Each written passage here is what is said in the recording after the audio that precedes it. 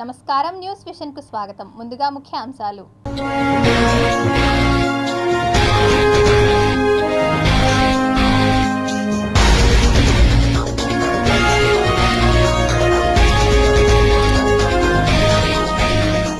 చంద్రుడిపై విక్రమ్ ల్యాండర్ దిగిన ప్రాంతానికి శివశక్తిగా నామకరణం అధికారికంగా ధృవీకరించిన ఇంటర్నేషనల్ ఆస్ట్రోనామికల్ యూనియన్.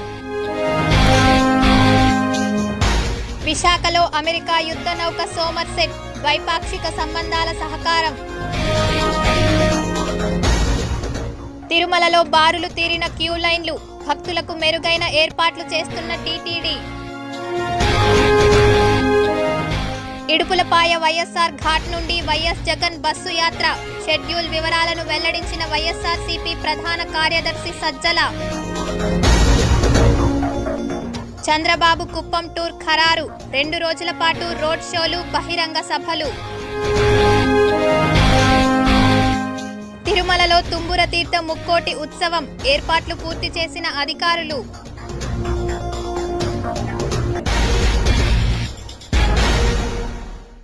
ఇక వార్తల్లోని వివరాలు చూద్దాం. ఇడుపులపాయ నుంచి CM YS Jaganmohan Reddy bus యాత్ర 27 మార్చి నుండి ప్రారంభం కానున్నదని వైఎస్ఆర్సీపీ ప్రధాన కార్యదర్శి సజ్జల రామకృష్ణారెడ్డి వెల్లడించారు.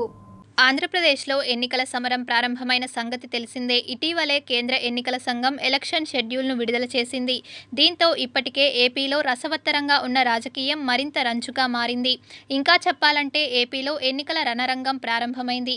అధికార వైఎస్ఆర్సీపీ, విపక్ష కూటమి అయిన టీడీపీ, జనసేన, బీజేపీలు గెలుపే లక్ష్యంగా వ్యూహాలు రచిస్తున్నారు. ఇదే సమయంలో వైఎస్ఆర్సీపీ అధినేత CM YS Jaganmohan Reddy bus యాత్రతో ప్రజల్లోకి వెళ్లేందుకు సిద్ధమయ్యారు. ఈ యాత్రకు సంబంధించిన షెడ్యూల్ను వైఎస్ఆర్సీపీ నేత సజ్జల రామకృష్ణారెడ్డి ప్రకటించారు. 2024 ఏపీ అసెంబ్లీ ఎన్నికల్లో వైఎస్ఆర్సీపీ జెండా మరోసారి ఎగరాలనే లక్ష్యంతో ఆ పార్టీ అధినేత సీఎం వైఎస్ జగన్మోహన్ రెడ్డి ప్రణాళికలు రచిస్తున్నారు. 175 స్థానాల్లో గెలవడమే లక్ష్యంగా పెట్టుకుని ఆ దిశగా సీఎం వైఎస్ జగన్ అడుగులు వేస్తున్నారు. ఎన్నికల షెడ్యూల్ రాకముందే సిద్ధం పేరుతో ఎన్నికల సమరానికి శంఖారావం పూనించారు. సిద్ధం పేరుతో రాష్ట్రం మొత్తం కవర్ అయ్యేలా 4 సభలు నిర్వహించారు. ఈ సభలు ఒకదానిని మించి మరొకటి సూపర్ హిట్ అయ్యాయి. అలానే ఇటీవల అభ్యర్థులను ప్రకటించిన సీఎం జగన్ తాజాగా బస్సు యాత్ర పేరుతో ప్రజల్లోకి వెళ్లనున్నారు. ఈ యాత్రకు సంబంధించిన షెడ్యూల్ ఖరారైంది. ముఖ్యమంత్రి వైఎస్ఆర్ కాంగ్రెస్ పార్టీ అధ్యక్షులు జగన్మోహన్ రెడ్డి గారు ఇడుపులపాయ నుంచి బస్సు యాత్ర ప్రారంభిస్తారు. ఈ బస్సు యాత్ర మొత్తం దేనికోసం, దేన్ని ప్రతిబింబిస్తుంది అంటే కార్యకర్తలందరినీ మేమంతా సిద్ధం అని సమాయత్తం చేయడం కోసం, సన్నద్ధం చేయడం కోసం ఎన్నికల సమరానికి ఆయన వాళ్ళను మోటివేట్ చేసే దిశగా ఈ కార్యక్రమం నడుస్తుంది. లక్ష్యం ఎంటైర్ రాష్ట్రమంతటా ఉన్న లక్షలాది మంది, కోట్లాది మంది అభిమానులు, వైఎస్ఆర్ కాంగ్రెస్ పార్టీ కార్యకర్తలు ఎన్నికల యుద్ధానికి సమాయత్తం అని చెప్పి డిక్లేర్ చేసే సందర్భం. ఇవి వరుసగా ఎక్కడైతే సిద్ధం సభలు జరిగిన పార్లమెంట్ నియోజకవర్గాలు వదిలి మిగిలిన నియోజకవర్గాల్లో చేయాలని నిర్ణయించింది పార్టీ. అందులో ఉజ్జాయింపుగా 27వ తేదీ ఏప్రిల్ 18, 1-2 రోజులు వీలైతే తర్వాతకు అక్కడికి ఈ బస్సు యాత్ర ఎండ్ చేసి అప్పటికి వీలైనంత వరకు ఈ 4 పార్లమెంట్ నియోజకవర్గాలు తీస్తే మిగిలినవి చాలా వరకు కవర్ అవుతాయి. తిరుమల తిరుపతి దేవస్థానం వార్షిక తెప్పోత్సవం ఘనంగా జరుగుతోంది. తెప్పోత్సవాల్లో భాగంగా 4వ రోజు శ్రీదేవి భూదేవి సమేత మలయప్ప స్వామి పుష్కరిణి జలాల్లో భక్తులకు దర్శనమిచ్చారు. కొండపై వేద పండితుల వేద మంత్రోచ్చరణలు ప్రతిధ్వనించాయి. ఇదిలా ఉండగా పౌర్ణమి సందర్భంగా గరుడ వాహనంపై స్వామివారు కొలువుతీరి భక్తులకు దర్శన భాగ్యం కల్పించారు. గోవింద నామస్మరణలతో తిరుమల క్షేత్రం మారుమ్రోగింది.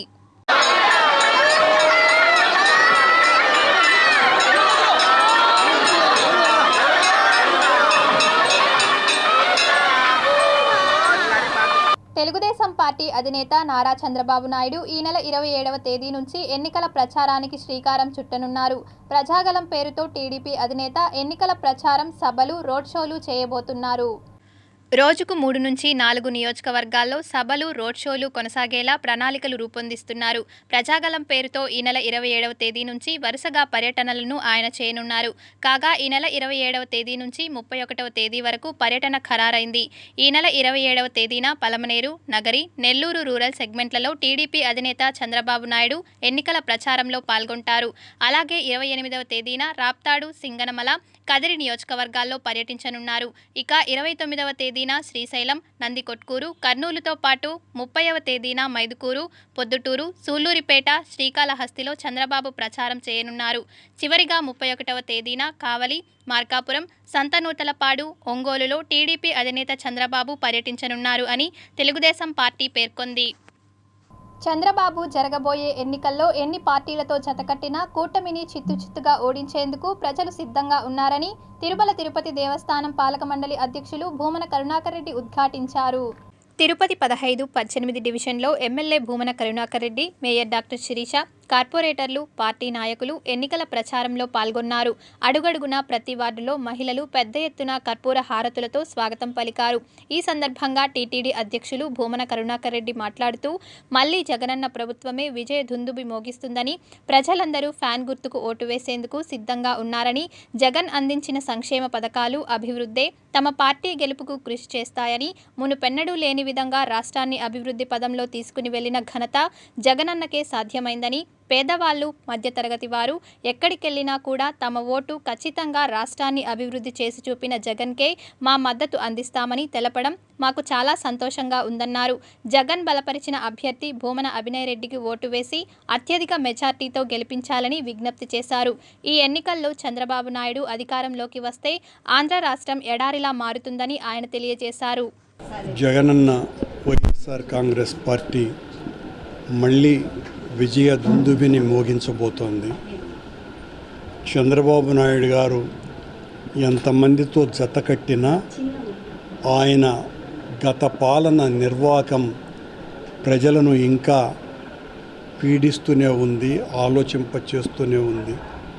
ఈ 5 సంవత్సరాల కాలంలో జగన్మోహన్ రెడ్డి గారు చేసినటువంటి సంక్షేమం సామాన్య ప్రజల గుండెల్లో గుడిలాగా ఉంది. మాకు జరిగినటువంటి మేలుకు జగన్మోహన్ రెడ్డి గారి రుణం తీర్చుకోవాల్సినటువంటి అవసరం ఉన్నది మాకు అనని పేదవాళ్ళు, మధ్యతరగతి వాళ్ళు ఎక్కడికి వెళ్ళినా కూడా మా ఓటు ఖచ్చితంగా ఫ్యానుకే వేస్తాం, చంద్రబాబు పార్టీకి ఎట్టి పరిస్థితుల్లోనూ వెయ్యము, ఆ కూటమిని అంగీకరించము అని చెబుతున్నారు.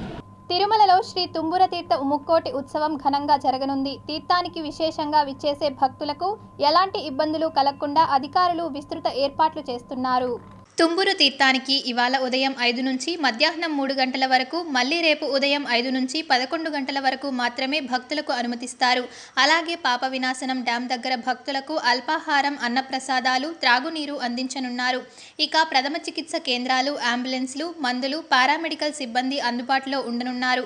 కాగా తుంబురు తీర్థానికి ఎక్కువ దూరం నడవాల్సి వస్తుంది కాబట్టి గుండె, శ్వాసకోశ సమస్యలు, స్థూలకాయం ఉన్నవారికి పర్మిషన్ లేదని టీటీడీ తెలిపింది. పలువురు భక్తులు ఈ విషయాన్ని గుర్తుంచుకోవాలని అధికారులు తెలిపారు. అలాగే భక్తులు వంట సామాగ్రి, కర్పూరం, అగ్గిపెట్టెలు తీసుకురావద్దని టీటీడీ భక్తులకు విజ్ఞప్తి చేస్తోంది. ఇక పోలీసు శాఖ, అటవీ శాఖ, టీటీడీ విజిలెన్స్ విభాగం సమన్వయంతో పాప వినాశనం నుంచి తుంబురు తీర్థం వరకు భద్రతా సిబ్బందిని ఉంచి భక్తులకు ఇబ్బందులు లేకుండా భద్రతా చర్యలు తీసుకుంటున్నారు. అలాగే ఫాల్గుణ మాసంలో ఉత్తర ఫాల్గుని నక్షత్రంతో కూడిన పౌర్ణమి నాడు తుంబురు తీర్థం ముక్కోటి నిర్వహించడం ఆనవాయితీగా వస్తోంది. రేపు తీర్థ స్నానం ఆచరించి దాన ధర్మాలు చేసి స్వామివారిని భక్తులు దర్శించుకుంటారు. అయితే ప్రకృతి సౌందర్యాల మధ్య నిర్వహించే తుంబురు తీర్థం ముక్కోటిని దర్శించి స్నానమాచరించడం ఒక ప్రత్యేక అనుభూతిగా భక్తులు భావిస్తుంటారు. ఈ ముక్కోటిలో టీటీడీ అధికారులు, అర్చకులు, పెద్ద సంఖ్యలో భక్తులు పాల్గొనే అవకాశం ఉంది. రాష్ట్రంలో జననేత జగన్ అందించిన సంక్షేమ పథకాలు, తిరుపతిలో అభినయ్ చేసిన అభివృద్ధి చూసి ఆకర్షితులై వైకాపాలో పెద్ద ఎత్తున యువత చేరారు. తిరుపతి రైల్వే కాలనీకి చెందిన యువత పెద్ద ఎత్తున పద్మావతిపురంలోని ఎమ్మెల్యే భూమన కరుణాకర్ రెడ్డి, అభినయ్ రెడ్డి సమక్షంలో టీడీపీ, జేఎస్పీ పార్టీల నుండి యువత తిరుపతి నగరంలో మునుపెన్నడూ లేని విధంగా అభినయ్ చేస్తున్న అభివృద్ధిని చూసి పార్టీలో చేరారు. ఎమ్మెల్యే మాట్లాడుతూ అందుబాటులో ఉండే వైకాపా ఎమ్మెల్యే అభ్యర్థి అభినయ్కి ఓటు వేద్దామని, అభివృద్ధి చేయలేని స్థానికేతరులకు తమ ఓటును వేస్తే అభివృద్ధి శూన్యమని, నిత్యం అందుబాటులో ఉండే అభినయ్ని గెలిపించాలని విన్నవించారు. అంతకుముందు ప్రవీణ్ రాయల్ ఆధ్వర్యంలో జనసేన, తెలుగుదేశం పార్టీ నుండి చేరిన యువతకి పార్టీ కండువాలు కప్పి స్వాగతించారు. మీరందరూ కూడా ఉత్సాహాన్ని చూపటం చాలా ఆనందదాయక విషయం. ఇప్పుడే నా తమ్ముడు సీనియర్ పార్టీ నాయకులు ఎస్కే బాబు గారు అన్ని విషయాలు మీతో మాట్లాడినారు కనుక నేను ఆ రాజకీయ ప్రసంగాలన్నింటికి పోకుండా వెంటనే వినోద్ వీళ్ళను పార్టీలోకి ఆహ్వానిస్తున్నాను. ఆయన ఇక్కడ ఇల్లు తీసుకున్నా, నేను బాడుకున్నా, ఇక్కడ సొంతంగా ఇల్లు తీసుకొని ఇక్కడే ఉంటానని సగంలో రిజైన్ చేసి ఆయన పార్టీని విలీనం చేసుకుని కోట్లు దండుకొని వెళ్ళిపోయిన సంగతి మీకు అందరికీ తెలిసిందే. మనకు ఒక ఎమ్మెల్యే కావాలన్నా, ఒక ఎమ్మెల్యే దగ్గర ఏదైనా పని చేసుకోవాలన్నా, ఒక సిఫార్సు కావాలన్నా మళ్ళీ మన చిత్తూరుకు పోవాల్సి ఉంటుంది. చిత్తూరుకు పోయి అక్కడ ఎమ్మెల్యేని గెలవాల్సి ఉంటుంది వేరే వాళ్ళకు ఓటేస్తే. ఇక్కడ మన అందుబాటులో ఉన్న వ్యక్తి అభినయ్ రెడ్డి గారిని గెలిపించుకోవాలా. మీ బంధువులకి, మీరు, మీ సన్నిహితులు, స్నేహితులు అందరూ గట్టిగా ఈ ఎన్నికల్లో పనిచేస్తారని మీకు అందరికీ ధన్యవాదాలు తెలియజేసుకుంటూ, భారతీయ కళకు జీవం పోస్తూ కళాకారులను ప్రోత్సహించడం ఓ గొప్ప వరమని ప్రముఖ సినీ హాస్య నటుడు పద్మశ్రీ డాక్టర్ బ్రహ్మానందం తెలిపారు. తిరుపతిలోని ఎస్వి శిల్ప కళాశాలలో శ్రీ కళాక్షేత్రం ఆధ్వర్యంలో ముద్రించిన శ్రీ వెంకటేశ్వర చిత్రార్చన పుస్తకావిష్కరణ కార్యక్రమం జరిగింది. ఈ కార్యక్రమానికి ముఖ్య అతిథులుగా సినీ నటుడు పద్మశ్రీ డాక్టర్ బ్రహ్మానందం, టీటీడీ విద్యాశాఖ అధికారి భాస్కర్ రెడ్డి విచ్చేసి పుస్తకాన్ని ఆవిష్కరించారు. దేశవ్యాప్తంగా ఉన్న చిత్రకారులు వేసిన శ్రీ వెంకటేశ్వర స్వామి చిత్రాలను ఈ పుస్తకంలో నిక్షిప్తం చేశారు. ఒకే రూపాన్ని 200 రకాలుగా చిత్రకారులు తమదైన శైలిలో చిత్రించడం ఈ పుస్తకం విశేషమని అతిథులు అభివర్ణించారు. అనంతరం బ్రహ్మానందంను ఘనంగా సత్కరించారు. బాగుంది రాస్తారని నాకు తెలియదు. జనరల్గా కొంచెం రికమెండేషన్ ఎవరైనా చేశారనుకోండి, చేసినప్పుడు బ్రహ్మాండం అయితే వేసేద్దాం, ఓ 10 మందిలో ఇది ఒకటి అని అనుకుని వేశారేమో అని కూడా నేను అడిగాను. లేదంటే పర్వాలేదు, బాగానే ఉంది, మీరు కూడా పైకి వస్తారండి అన్నారు వాళ్ళు. కాబట్టి అటువంటి వాళ్ళ అంతమంది చిత్రకారులు వేసినటువంటి బొమ్మలో నేను వేసిన బొమ్మ కూడా ఉండటం అది నా అదృష్టం, స్వామివారి ఆశీస్సులు. ఇందులో చిత్రలేఖనం అనేది ఒకటే. Art is one, artist are so many. కళ ఒక్కటే, కళాకారులు చాలామంది ఉంటారు. ఈ కళాకారులలో తారతమ్యం మనం పెట్టుకుందే తప్ప ఆయన పెద్ద కళాకారుడు, ఈయన చిన్న కళాకారుడు, ఆయన ఇంత కళాకారుడు, ఈయన ఇంత కళాకారుడు అని కాదు. సూర్యుడికి ఉన్న వెలుగు సూర్యుడికి ఉంటుంది, మిణుగురు పురుక్కున్న వెలుగు మిణుగురు పురుక్కుంటుంది. ఏదైనా కాంతినిచ్చేది. నా కళ నాది, నా స్థావత నాది, నా టాలెంట్ నాది, నా నైపుణ్యం నాది. మిగతా వాళ్ళు గొప్ప గొప్ప వాళ్ళు గొప్ప గొప్ప నైపుణ్యాన్ని వాళ్ళు ప్రదర్శించి చాలా గొప్పవాళ్ళు అయితే అయి ఉండొచ్చు. ఈ పుస్తకం మీద ముఖ చిత్రం వేసినటువంటి బీకేఎస్ వర్మ గారు ఉన్నారు. చిత్తూరు జిల్లా పలమనేరులో కురవ కులస్తులు శివాలయంలో ప్రత్యేక పూజలు నిర్వహించారు. గంగవరం మండలం కురపల్లి గ్రామంలో కురవ కులస్తులు గత 20 రోజులుగా శివాలయంలో ప్రత్యేక పూజలు నిర్వహించి చివరి రోజున తలపై కొబ్బరికాయలను కొట్టుకోవడం వారి ఆచారం. ఈ రోజు చివరి రోజు కావడంతో కర్ణాటక, తమిళనాడు, తెలంగాణ రాష్ట్రం నుండి కురవ కులస్తులు కురపల్లి గ్రామానికి చేరుకుని శివాలయంలో ప్రత్యేక పూజలు నిర్వహించారు. ఆలయం నుండి పార్వతీ పరమేశ్వరుల ఉత్సవ విగ్రహాలను, గోవులను కొబ్బరికాయలు కొట్టుకునే స్టేజ్ చుట్టూ ప్రదక్షిణలు చేసి అనంతరం దీక్షలో ఉన్నవారు, కొబ్బరికాయలు కొట్టుకునేవారు 20 రోజులుగా అత్యంత నియమ నిష్ఠలతో ఉండి ఈ రోజున తలపై కొబ్బరికాయలను కొట్టుకున్నారు.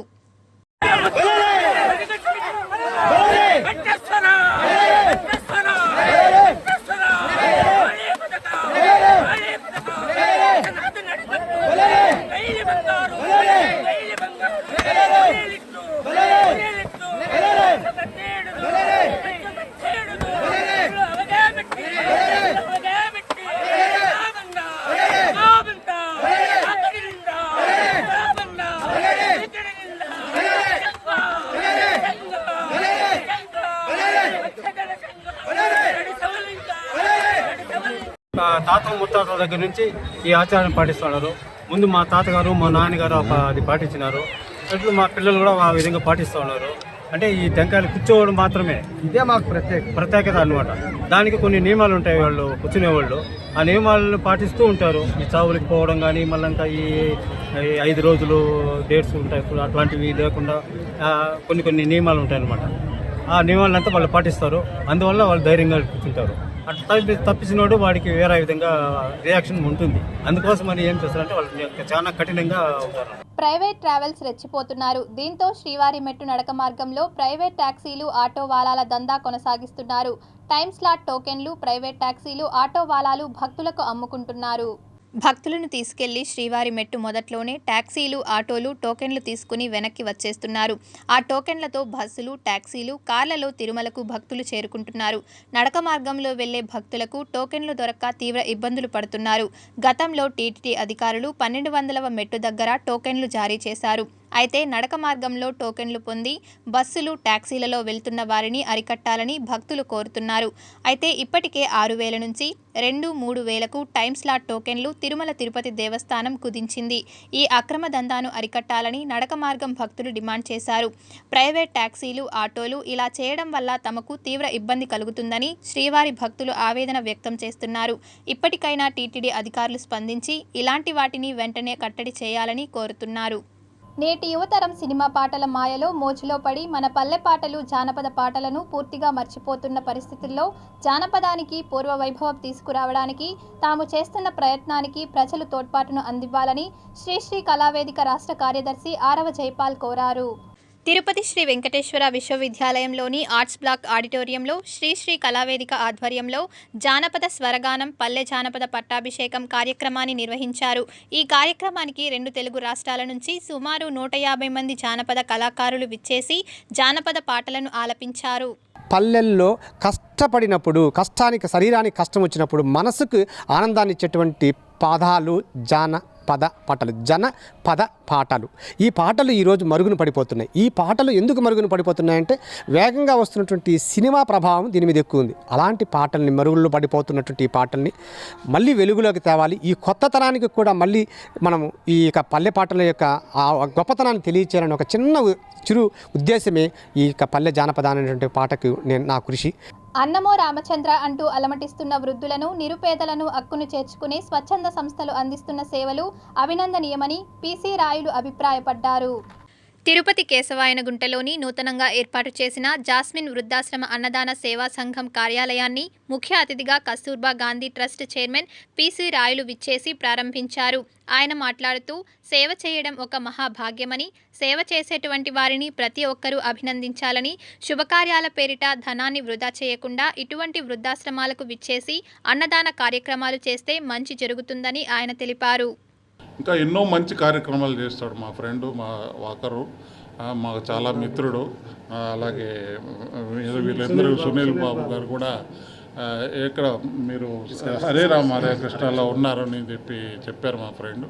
కాబట్టి ఇటువంటి ఐడియాలు ఈ కాలంలో, కలియుగంలో మనం చేస్తున్న కార్యక్రమాల్లో 10 మందికి మంచి భోజనం పెట్టాలా, 10 మందికి సహాయం చేయాలనే ఉద్దేశంతో రావడం అనేది వెరీ రేర్. అది దైవ కార్యక్రమమేనా అనుకోవాలి మనం. భారతీయ సంస్కృతి సాంప్రదాయంలో హోలీ పండుగకు ఎంతో ప్రత్యేకత ఉంది. పిల్లలు, పెద్దలు అందరూ కలిసి హోలీని ఆనందహేళి రంగోలిగా జరుపుకుంటారు. అయితే ఈ పండుగలో జాగ్రత్తలు పాటించకుంటే ఎంత ఆనందమో అంతే విషాదం కూడా ఉంటుందని వైద్య నిపుణులు హెచ్చరిస్తున్నారు. భారతదేశంలో చాలామంది హోలీని పండుగగా జరుపుకుంటే మరికొంతమంది సరదా కోసం హోలీ జరుపుకుంటుంటారు. అయితే కొంతమంది ఈ పండుగలో చిన్నపిల్లలను కూడా భాగస్వాములుగా చేసుకుంటారు. కానీ చిన్నపిల్లలను ఈ పండుగకు దూరంగా ఉంచాలి. వివిధ రంగులు వారి మీద పడితే కంటి సమస్యలు, చర్మ వ్యాధులు వస్తాయి. అలాగే రంగుల పొడి వారి నోట్లోకి వెళ్లే ప్రమాదం ఉంటుంది కనుక పిల్లల పట్ల జాగ్రత్తగా ఉండాలి. ఒకప్పుడు సహజ సిద్ధమైన రంగులనే వేడుకల్లో వాడేవారు. పండుగకు ఒకరోజు ముందు అడవికి వెళ్లి మోదుగు పూలు సేకరించేవారు. వాటిని ఉడికించగా వచ్చే ఎర్రని ద్రావణంలో పసుపు, కుంకుమ కలిపి ఒకరిపై ఒకరు చల్లుకుంటూ సంబరాలు జరుపుకునేవారు. కాలక్రమంలో ఆ రంగులు పోయి వాటి స్థానంలో వార్నిష్, సింథటిక్ రంగులను చల్లుకుంటున్నారు. అవి ప్రమాదకరమని తెలిసినా వాడుతున్నారు. అయితే హోలీ ఆడడంలో కూడా జాగ్రత్తలు తీసుకోక తప్పదని చర్మ వ్యాధుల నిపుణులు సూచిస్తున్నారు. రసాయన రంగులను కాకుండా సహజ సిద్ధమైన రంగులతో హోలీ జరుపుకోవడం ద్వారా చర్మానికి హాని జరగకుండా చూసుకోవాలని చెబుతున్నారు. సహజ సిద్ధమైన రంగులు కాకుండా రసాయన పదార్థాలతో తయారు చేసిన రంగుల్లో lead oxide, aluminium, bromide, mercury sulphate వంటి ప్రమాదకరమైన పదార్థాలు ఉంటాయి. వాటిని వాడకూడదని తెలిసినా కొంతమంది వాడుతున్నారు. ఆ రంగులు కళ్ళల్లో పడితే చూపు పోయే ప్రమాదం ఉంది. అలాగే గులాల్ వంటి రంగులతో ఆస్తమా, చర్మ సంబంధిత వ్యాధులు వస్తాయి. రసాయనాలు కలిసిన రంగులతో హోలీ ఆడితే వాటిని శరీరంపై ఎక్కువ సమయం ఉండనీయకూడదని వైద్యులు సూచిస్తున్నారు. వెంటనే చల్లని నీటితో శరీరాన్ని శుభ్రం చేసుకోవాలని చెబుతున్నారు. ఎరుపు, పింక్ రంగులనే హోలీ కోసం వాడాలి. ఇవి తక్కువ గాఢత కలిగి ఉండడం వల్ల శరీరంపై నుంచి సులభంగా తొలగిపోతాయి. గ్రీన్, ఎల్లో, ఆరెంజ్ రంగులు ఎక్కువ రసాయనాలను కలిగి ఉండడం వల్ల ఇవి అంత సులభంగా శరీరంపై నుంచి తొలగిపోవు. హోలీ ఆడడానికి ముందు శరీరానికి మాయిశ్చరైజర్ని, తలకు నూనెను రాసుకోవాలి. దీనివల్ల రంగులు శరీరంలోకి ఇంకకుండా ఆపగలమని, రంగులను శుభ్రం చేయడం కూడా సులభమవుతుందని చెబుతున్నారు. పండుగ అనేది రంగుల పండుగ. మనం పెద్దలు, పిల్లలు అందరూ కలిసి రంగులను చల్లుకుంటూ ఆనందంగా పండుగ జరుపుకుంటారు. ఈ రంగులలో ఇప్పుడు దొరికే రంగుల్లో చాలా వరకు chemicals, lead oxide, iron oxide, అంతోపాటు మెర్క్యూరీ లాంటి అనేక రసాయనాలు ఉండడం వల్ల చాలామందికి స్కిన్ ర్యాషెస్, ఇరిటేషన్ను, ఎగ్జిమాసు లాంటి అనేక వ్యాధులు వస్తున్నాయి. అందువల్ల దీన్ని అందరూ గమనించాలి.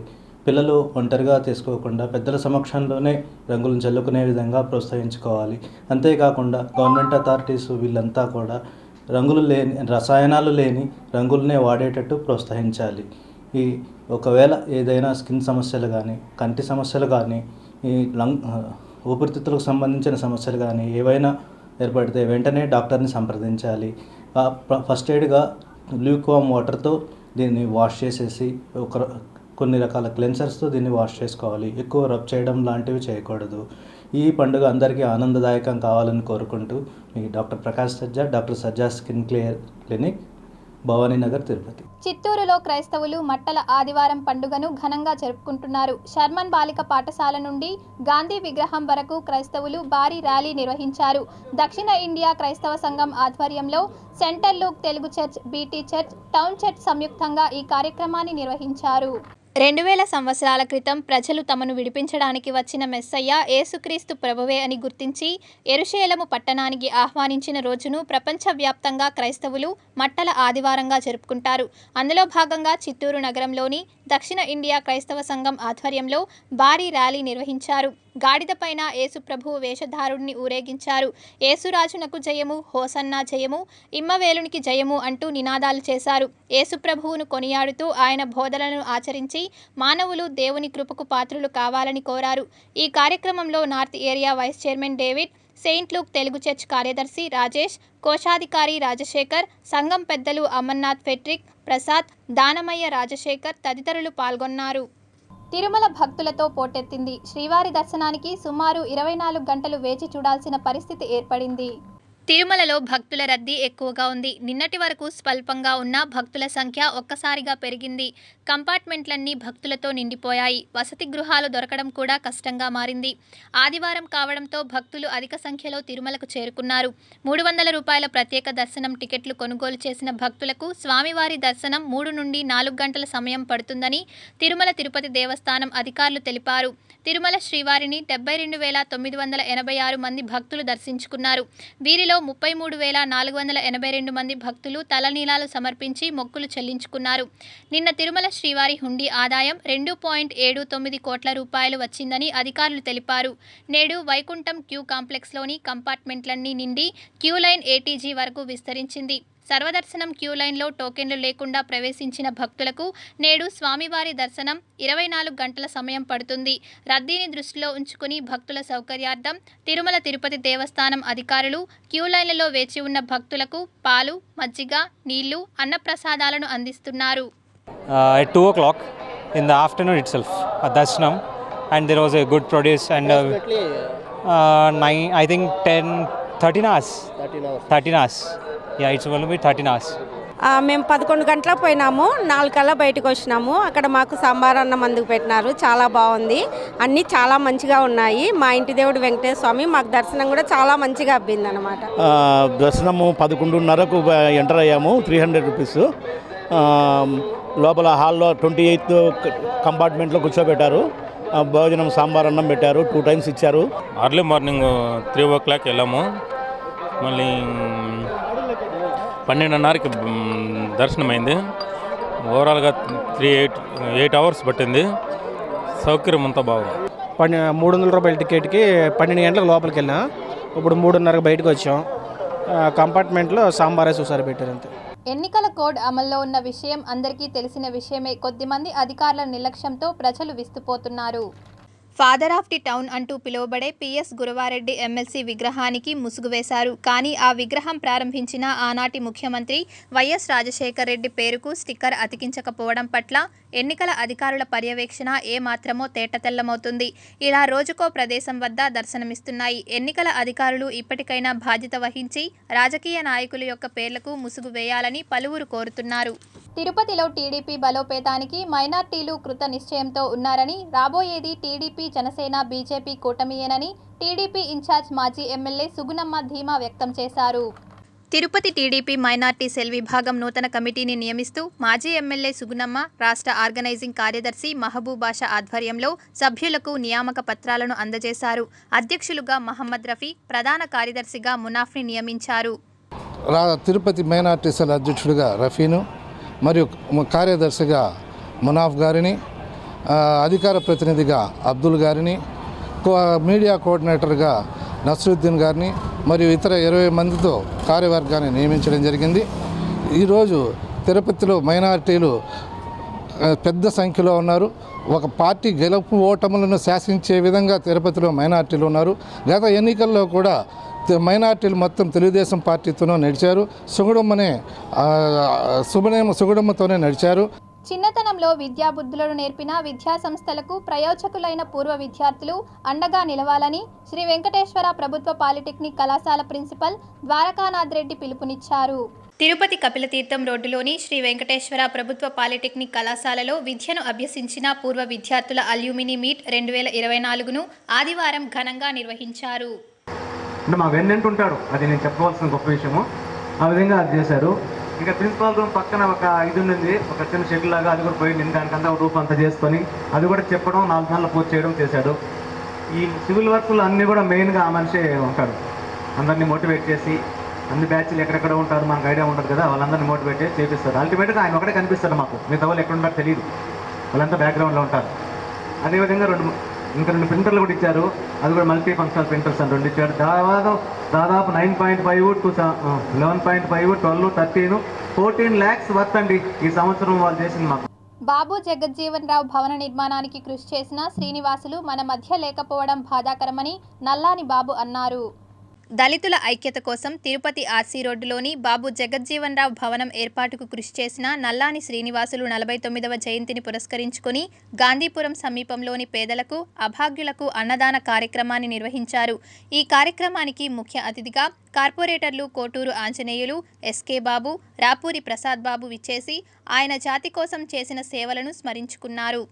గాంధీపురం దగ్గర ఎస్కే బాబన్న, ఆంజనేయులు, నల్లని బాబు గారు, ప్రసాద్ అందరి సమక్షంలో, వారి కుటుంబ సమక్షంలో ఈరోజు ఇంత పెద్ద ఎత్తున అన్నదానం చేస్తున్నారంటే నిజంగా ఆయన్ని చనిపోయినా కూడా ఆయన్ని మరుగలేని పరిస్థితుల్లో అందరం కూడా ఇక్కడ ఆయన గుర్తు చేసుకుంటూ ఈరోజు ఇంత పెద్ద కార్యక్రమం వైసీపీ నాయకులు అందరూ కూడా ఇక్కడ చేరి ఈ అన్నదానం చేస్తున్నారంటే నిజంగా ఆయన ఆత్మశాంతి కలగాలని, ఆయన దేవుడి దగ్గర పరలోకంలో ఉన్నా కూడా ఆయన దేవుడి ప్రశాంతంగా ఉండాలని కోరుకుంటున్నాము. వార్తలు ముగించే ముందు ముఖ్యాంశాలు మరోసారి.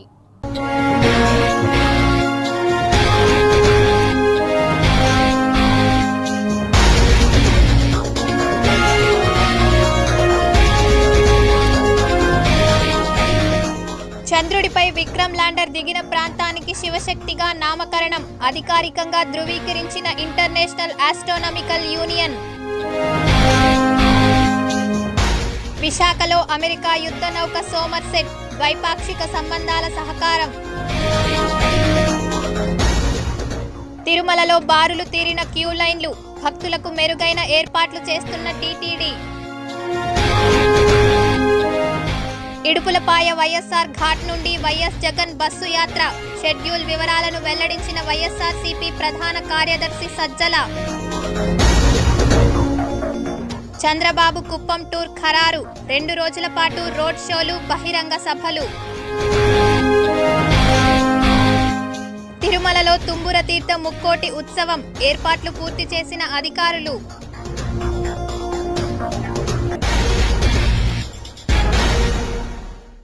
ఈ వార్తలు ఇంతటితో సమాప్తం. సమగ్ర సమాచారంతో న్యూస్ విషన్లో మళ్ళీ కలుద్దాం. అంతవరకు సెలవు. నమస్కారం.